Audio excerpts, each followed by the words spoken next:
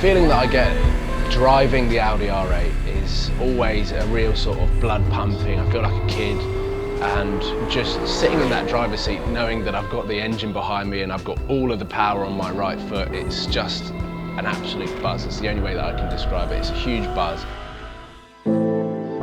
My car is a 2008 Audi R8 V8. My first car was a 2007 Vauxhall Astra, and I always wanted a supercar.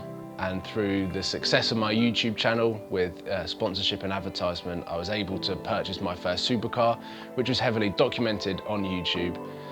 And then I moved into the Audi R8. My passion for supercars has come from filming the cars. When I actually bought the Audi R8, it was a completely different perspective than I was expecting. I don't think I was prepared for the amount of attention that it was going to get. The Audi R8 was my first choice in supercar based on the looks, the performance, and also the reliability factor. Within the budget that I had, the Ferraris, the Lamborghinis probably weren't as reliable as the Audi R8, so I knew that the R8 had the full package for what I wanted for my first supercar. I found my car on Auto Trader. I spent many hours on the website, and when I was actually looking actively for a new car, I spent pretty much every single hour of the day looking, refreshing, and waiting for the right car to arrive. The modifications that I've done on my Audi R8 have ranged from 3 or 4 colour changes with vinyl wrap and liquid paint. I've also upgraded the exhaust system to a titanium aftermarket Armitrix exhaust system, and I've also changed the wheels from the stock 19-inch wheels to the 20-inch Projects design wheels. However, I've reverted them back to stock now because it was made for a better ride. Simple as that. I think the biggest surprise that I've had of owning the Audi R8 is how usable it is on a day-to-day basis. I've documented it a couple of times in my YouTube videos. However, actually driving it, and probably not on camera, it's so good around town, it's so good on the motorways. You can literally use it as an everyday car. It's very comfortable. I've done 9-10 hour drives in the car all at once, and it just eats up the tarmac, eats up the miles, and is just a lot of fun, very comfortable.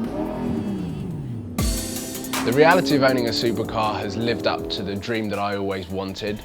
The sound, the performance, and also the attention that this brings and the smiles that it brings on people's faces, not just my own when I'm driving the car, is what I've always dreamed of doing. There are a lot of stories to tell every single day that you drive the car, in petrol stations, in traffic lights. There's always someone that wants to have a chat about the car or just sort of make a comment, and it's nice to know that there's so many people out there that look at it positively. I was expecting a lot more negativity around the car being quite young, but it hasn't happened at all, and I think it's great to see so many friendly people out there and like-minded car lovers.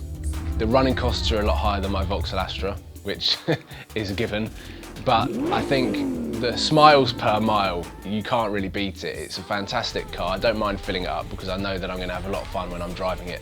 So the running costs are balanced out with the amount of fun that I have.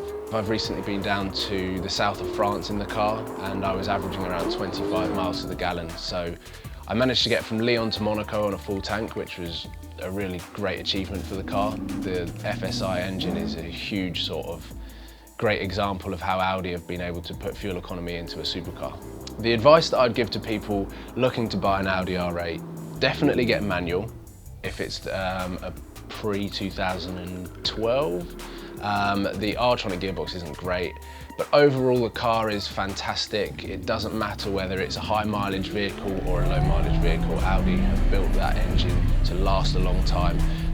I would love to add to the collection, however, I don't think it's going to be possible.